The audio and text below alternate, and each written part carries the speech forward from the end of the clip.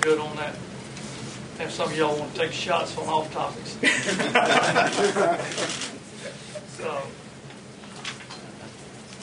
yeah, the question I had, Governor, was what would you say to the people who saw the bills for your wife's trips to France and Russia this morning? I mean, I've heard from people who are pretty angry about that. What would you say to those people? Well, I'd say, the way you wrote the article, certainly people would be angry. You took everybody's expenses on all of the trips, and you combine them into one, and you attribute them to her. But let me talk about what they do there. If we can get a show from the Hermitage, that would be worth a lot of money, as well as just for the value to the people of North Carolina. Monet in Normandy, for example, brought in $24 million to Wake County alone in revenues. Why does the First Lady need a chauffeur Mercedes, and why does she need a security guard? Well, I think security speaks for itself, and you can talk to Secretary of Crime Control about that.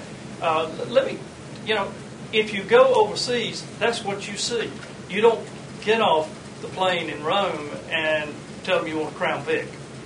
The taxis are Mercedes. Now, it sounds like a big deal here, but somebody's got to drive it. I mean, if you're in Ireland or Belgium or England, they drive on the other side of the road.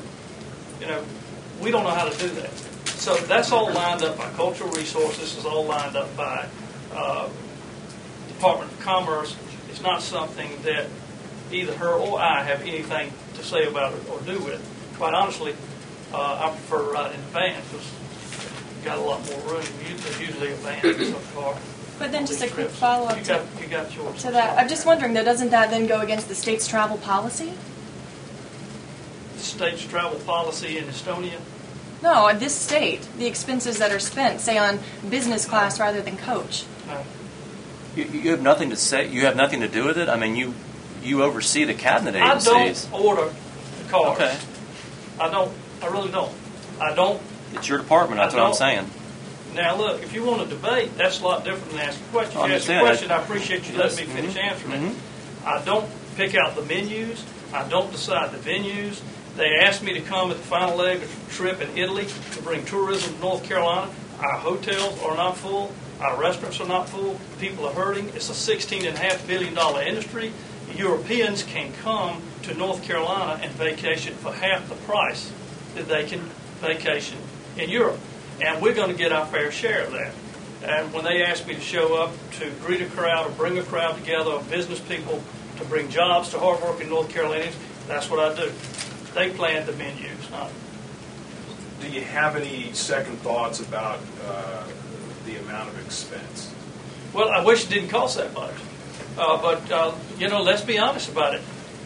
A cheeseburger and onion rings is $60 over there.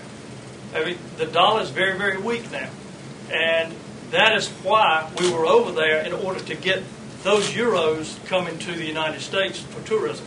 We think that's extremely important. And we don't have much of a market with business in Italy. They don't know who we are in North Carolina. So we want to go out and start letting people know we're the number one business climate in the country. Let people know about our great environment here, so they'll travel here, so they'll bring business here. And we're currently now working 4 or 5 companies based on the contacts that we made over there. Hopefully we can bring some good jobs to hard-working people in North Carolina.